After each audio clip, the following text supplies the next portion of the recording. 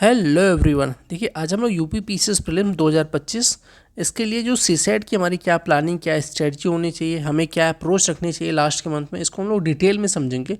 क्योंकि देखिए अगर आपका सीसेट क्लियर नहीं होगा तो जीएस का कोई मतलब नहीं है, क्योंकि इसमें आपको 33% लाना ही है और इसको जब तक क्वालिफाई नहीं करेंगे तब तक आपका जीएस चेक नहीं होगा। ठीक है, तो पूरा डिटेल में देखेंगे। बहुत कम आपको ऐसी वीडियो देखने को मिलेंगी। इसमें हम लोग पीवाईक्यू के आधार पर मतलब 2024 का जो पेपर आया था उसमें हमारी क्या मतलब ट्रेंड रहा है, किस पे अप्रोच रखनी चाहिए, उसको हम लोग डिटेल में देखेंगे पीवाईक्यू के थ्रू भी। ठीक है, अब देखिए पहले तो हमें आइडेंटिफाई क्या करनी होगी सेक्शन की, हमें किस सेक्शन में हमारा वीक पॉइंट है, किस में ईजी सेक्शन से क्वेश्चन आ रहा है, क्या करना है, इसको हम लोग अभी देखेंगे डिटेल में। ठीक है, और सबसे बड़ी चीज़ हमारे साथ रहनी चाहिए हमेशा पीवाईक्यू, क्योंकि पीवाईक्यू ही प्रैक्टिस आप देखेंगे वहाँ अगर किसी ने ढंग से 5-10 साल का पीवाईक्यू कर लिया तो बहुत ज़्यादा पॉसिबिलिटी डायरेक्ट रहती है कि आप वहीं से ही आप 33% ला सकते हैं नंबर। ठीक है, और बी फ्लेक्सिबल मतलब ये है कि इसको भी हम लोग देखेंगे। बेसिकली इसका ये मतलब है कि हो सकता है किसी का हिंदी बहुत अच्छा हो, इंग्लिश बहुत अच्छा हो, ठीक है, किसी का मैथ रीजनिंग कोई पार्ट हो सकता है अच्छी हो, लेकिन आपको किसी एक पे रियलाइज नहीं करना है कि बस एक ही सब्जेक्ट पे आप कहें कि 100%। क्यों? क्योंकि क्वेश्चन का भी हम लोग नेचर देखेंगे किस सब्जेक्ट से कितना वेटेज है, क्या है। क्योंकि प्रॉब्लम ये हो रही है कि आप वो फ्लेक्सिबिलिटी इसलिए आपको रखनी पड़ेगी क्योंकि फिक्स नहीं है कि एक ही सेक्शन से हमेशा क्वेश्चन आएगा। हो सकता है किसी सेक्शन से कभी ज़्यादा आ जाए और कभी कम आ जाए। हो सकता है आपने मैथ तैयार करके गए हों, ठीक है, और मैथ आपका बहुत अच्छा हो और पता चले उस साल मैथ के केवल 10 ही क्वेश्चन आए और रीजनिंग के ज़्यादा बढ़ गए, तब तो आपने अगर रीजनिंग नहीं तैयार किया तब तो आपकी पूरी साल की मेहनत चली जाएगी। इसलिए थोड़ा सा हमें फ्लेक्सिबिलिटी रखनी पड़ेगी, हर सेक्शन से कुछ कुछ टॉपिक तैयार करना पड़ेगा। अब देखिए सिलेबस क्या है, तो सिलेबस में आप देखेंगे तो जो वही जनरल हिंदी, कॉम्प्रिहेंशन है, इंटरपर्सनल स्किल, कम्युनिकेशन स्किल वाले जो क्वेश्चन आते हैं, logical reasoning, decision making, problem solving, general mental ability, mathematics और जनरल इंग्लिश, ये हमारा मोटा मोटी जो है यूपी पीसीएस प्रीलिम्स का जो सिलेबस है। ठीक है, अब देखिए पैटर्न क्या है कि इसमें 100 क्वेश्चन ही आते हैं। ठीक है, जीएस में क्या है कि आप देखेंगे जीएस में 150 क्वेश्चन आते हैं, बट सीसेट वाले पोर्शन में 100 क्वेश्चन आते हैं और 2 नंबर के मतलब 200 मार्क्स के होते हैं। ठीक है, और इसमें क्वालिफाई करने के लिए आपको 33% लाना है और निगेटिव मार्किंग 1/3 रहती है। ठीक है, तो ये पैटर्न है। अब देखिए सेक्शन वाइज अगर हम वेटेज देखेंगे या सब्जेक्ट वाइज वेटेज देखेंगे तो हिंदी के लगभग 20 से 25 क्वेश्चन आपको देखने को मिलेंगे। ठीक है, इंग्लिश में 15 से 20 और मैथ और रीजनिंग में वही 18 से 20 का रेशियो लगभग रहता है, और इंटरपर्सनल स्किल या डिसीजन मेकिंग में 20 से 25 क्वेश्चन रहते हैं। बट इसमें बहुत सारे क्वेश्चन कभी कभी ये होता है कि जैसे नहीं होता कि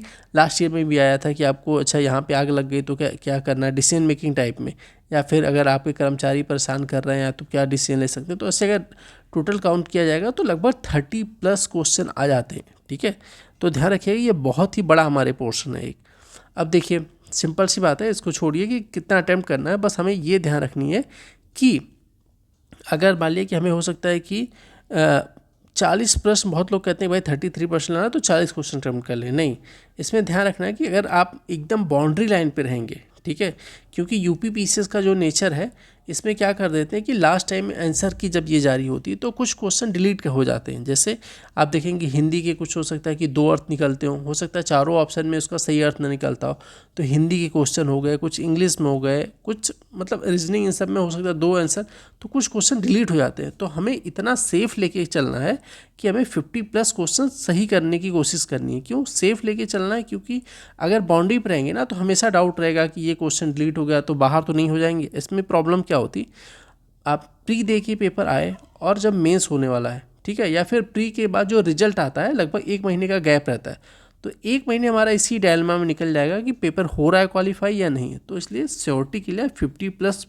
क्वेश्चन सही करने की कोशिश करें। उसमें जो भी थोड़ी बहुत गलतियाँ हो सकता है क्वेश्चन भी डिलीट हो या कुछ आपसे भी गलतियाँ हो, तब भी आप इजीली क्वालिफाई कर पाएँ। ठीक है, अब देखिए इम्पॉर्टेंट टॉपिक या easy topic, easy in the sense कि लो हैंगिंग फूड क्या हो सकता है। अब हिंदी का अगर हम लोग स्टार्ट करें एनालिसिस, ठीक है, हिंदी में क्या होगा, गद्यांश से रिलेटेड 5 क्वेश्चन आते हैं। कैसे आते हैं अभी हम लोग देखेंगे। तद्भव तत्सम पर्यायवाची विलोम मुहावरे वर्तनी शुद्धियों संबंधित ये 10 प्रश्न आते हैं। तो ध्यान रखिएगा ये 5 प्रश्न मतलब आपके 5 प्रश्न 2 नंबर मतलब कि 10 नंबर किए हो गए, और 10 प्रश्न मतलब 20 नंबर किए हो गए। ठीक है, तो 30 हो गया। अभी अब क्या क्वेश्चन आ रहा है, आइए देखते हैं 24 में क्या क्वेश्चन आया था। देखिए इसमें क्या है कि कुछ देखिए ये है ना कि यहाँ से देखिए कि कौन से शब्द यहाँ पे ध्यानपूर्वक पढ़ना है, इसमें से चयन करना डिसीजन मेकिंग टाइप में, कौन सा विशेषण है, विशेष है, इससे रिलेटेड वर्तनी शुद्धि वाले शब्द को चयन करना है, ठीक है।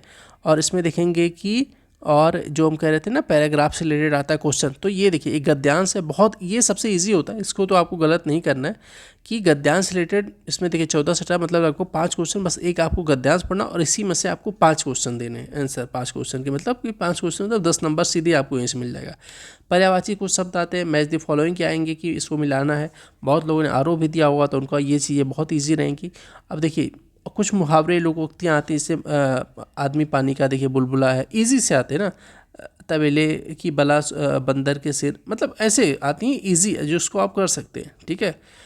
अब इसमें क्या है कि आपको देखिए वर्तनी संबंधी शुद्धियाँ आएंगी, गलत एज द फॉलोइंग क्या है, ऐसे आप करेंगे तो देखिए हिंदी के यहाँ पे कितने देखिए कि 25 क्वेश्चन सीधे यहाँ पे दिया हुआ है और ऊपर से देखेंगे तो पूरा हिंदी का ही सेक्शन है, ठीक है। कुछ संधियाँ आएंगी, कुछ देखिए ये ना कि अनेकार्थी शब्द आएंगे मैच द फॉलोइंग में क्या होते हैं, तो ऐसे करके इसमें हमारी अगर आप कोशिश करेंगे तो इसमें आप 100% तो नहीं कह सकते, लेकिन आप 80 से 90% टारगेट कर सकते हैं, इजी तरीके से हो सकता है, ठीक है। और इसमें तो ध्यान रखने कि हमारा इजी पोर्शन क्या है उसी पे फोकस करना है, ठीक है। अब देखिए दूसरे सब्जेक्ट में अब इंग्लिश, ये अप्रोच हिंदी की रखनी है, ठीक है। और बहुत सारे आप देखेंगे अगर 5 से 10 साल का आपने PYQ लगा लिया है, ठीक है, हिंदी का, इसमें बहुत सारे क्या करने की, जैसे कि अभी देखते हैं यहाँ पे एक क्वेश्चन को लेकर पर्यायवाची, मान लीजिए कोई भी शब्द, ऐसे समझ लीजिए कि कोई भी शब्द यहाँ पे मान लीजिए पर्यायवाची पूछा गया कि निम्नलिखित में से कमल का पर्यायवाची कौन सा है, ठीक है। मान लीजिए कमल का पर्यायवाची पूछा गया और 4 ऑप्शन दे दिया गया कि क्या है कमल का पर्यायवाची, तो हमें क्या करनी है कि भाई एक इसमें से कमल का पर्यायवाची होगा, लेकिन जो 3 ऑप्शन और है ना उसका भी हमें एक्सप्लेन या व्याख्या देख लेंगे। अगर इस तरीके से आपने एनालिसिस कर लिया 10 साल का, तो पर्यायवाची संबंधित जो क्वेश्चन आपको ईजिली हो जाएंगे। सेम क्वेश्चन कि आपको जो शुद्ध शब्द करने, जैसे कवित्री हो गया, इसमें कौन सा शुद्ध रहेगा, या पुस्तकालय हो गया, ऐसे शब्द आते हैं ना कि आपको शुद्ध कौन सा है इसका, तो बस आपने प्रीवियस ईयर पे एनालिसिस करना और उसी से आपका 100% आप उससे सही कर ले जाएंगे, ठीक है। अब इंग्लिश वाले सेक्शन पे देखते हैं।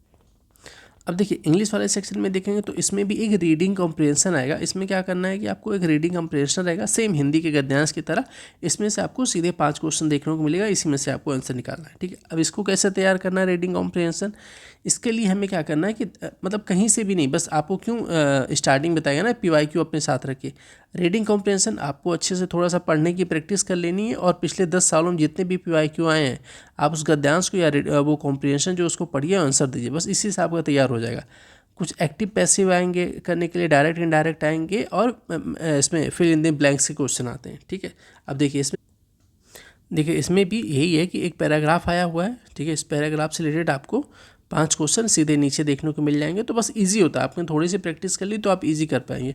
और फिर देखिए इसमें कुछ ये फिल इन द ब्लैंक्स के क्वेश्चन आते हैं, ठीक है, और कुछ मीनिंग पूछे जाते हैं शब्द को, बस ये हमें प्रैक्टिस कर लेनी है, उससे बहुत सी चीज़ें आपको कवर हो जाएंगी, ठीक है।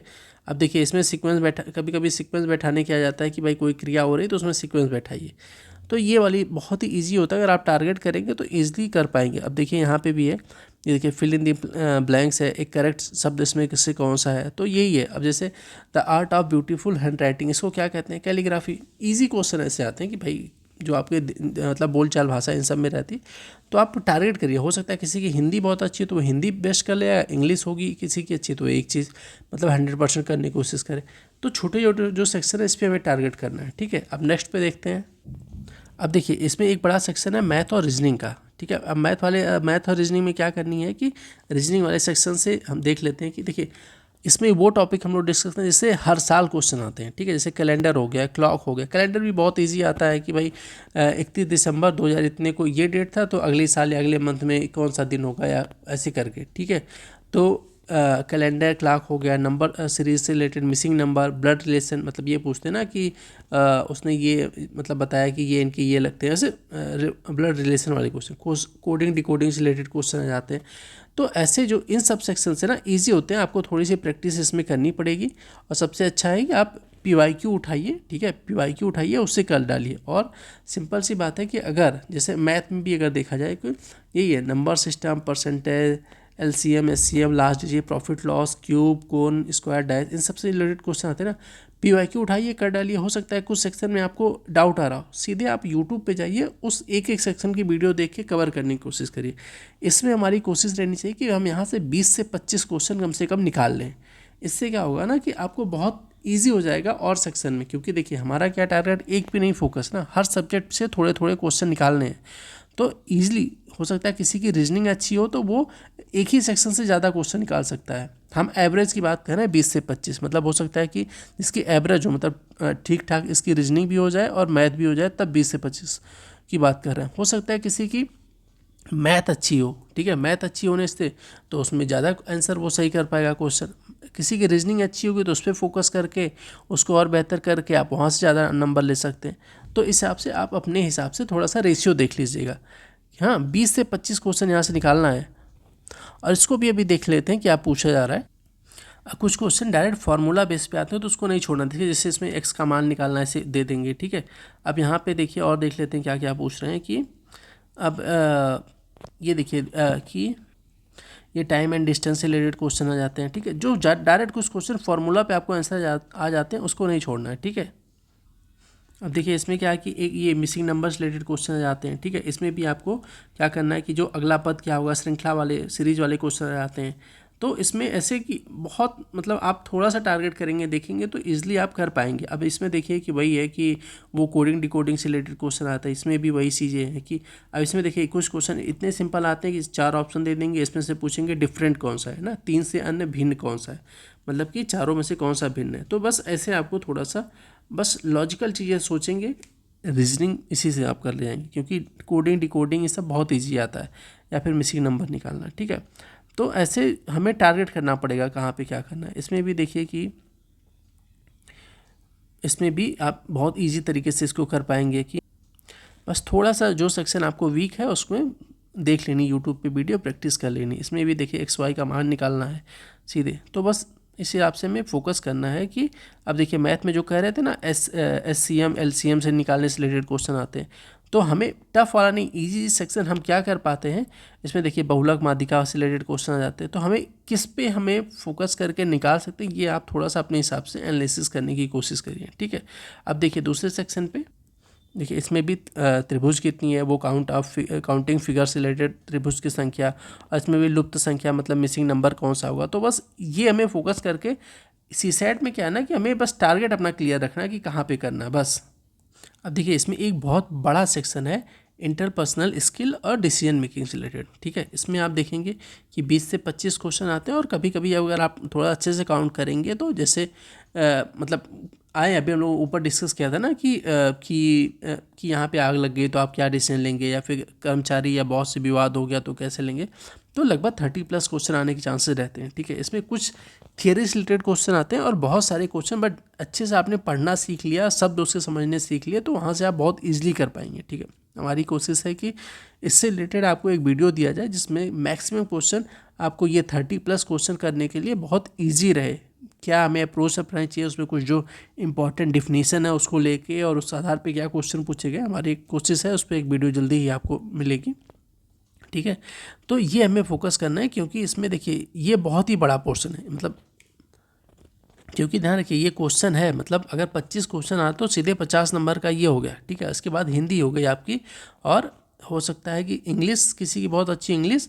और देखिए यहाँ से क्या करनी कि 20 से 25 क्वेश्चन यहाँ से आ रहा है, तो हमें 80% क्वेश्चन टारगेट करनी, भाई 80% कम से कम हो जाए, क्योंकि ये बहुत ईजी होता है। मतलब अगर 30 क्वेश्चन आ रहा है, आप थोड़ा सा एफर्ट डालेंगे उसमें, आप इजीली से 20 क्वेश्चन तो कर ही ले जाएंगे अगर 30 क्वेश्चन आ रहा है।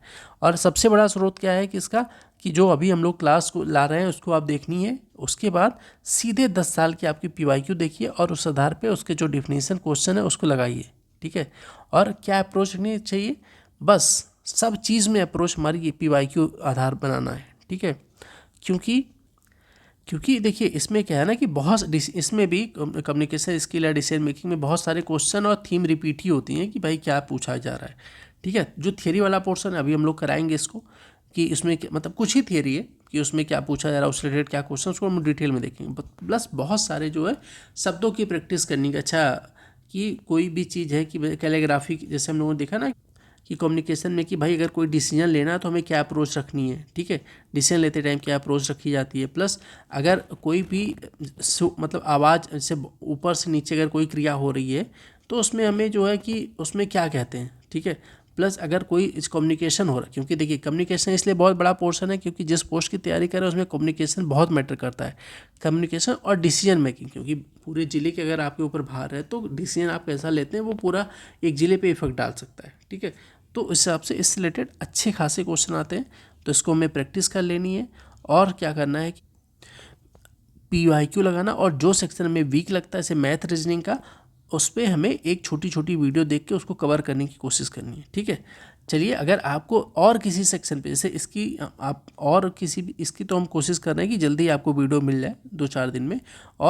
और भी किसी सेक्शन पे आपकी ज़रूरत हो, किसी भी क्वेरी हो, तो कमेंट बॉक्स में आप ज़रूर बताइए, ठीक है। किसी भी सब्जेक्ट से रिलेटेड, केवल CSAT से रिलेटेड नहीं, आप किसी भी सब्जेक्ट से, GS के भी और CSAT के भी, या और भी कुछ ज़रूरत है आप कमेंट बॉक्स में ज़रूर बताइए, उसको हम लोग पूरी कोशिश करेंगे पूरी की जाए। प्लस साथ में अगर आपको किसी भी सब्जेक्ट को तैयार करने में, ठीक है, हमारी क्या अप्रोच रखनी चाहिए, GS की भी चाहे हिस्ट्री, पॉलिटी, ज्योग्राफी, क्या अप्रोच रखनी चाहिए, कहाँ से किस सेक्शन से ज़्यादा क्वेश्चन है, आप कमेंट बॉक्स में ज़रूर बताइए। तुरंत आपको उसको कोशिश की जाएगी कि चीज़ों को सॉल्व किया जाए, उससे रिलेटेड एक छोटी वीडियो बना के आपको प्रोवाइड किया जाए, ठीक है। चलिए, मिलते हैं नेक्स्ट वीडियो में, तब तक के लिए धन्यवाद।